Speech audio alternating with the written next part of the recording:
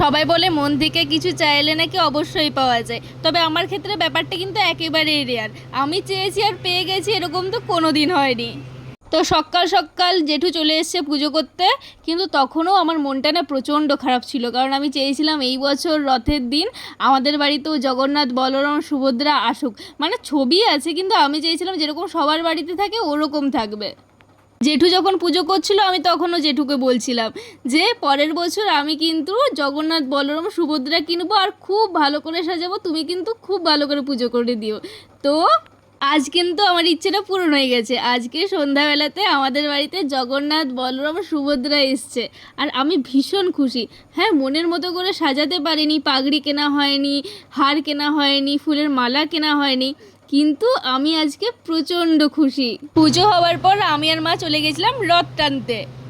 মা সকাল থেকেই বলছিল যে যাবি রথ টানতে, আমি বলছিলাম হ্যাঁ যাব। আসলে কোনো বছর না সেরকমভাবে আসা হয়নি, যদিও আমাদের গ্রামেই, তবুও মানে ওই যাবো যাবোই করা হয়, যাওয়ার হয় না। আর এদিকে দেখতে পাচ্ছ কতটা ভিড়।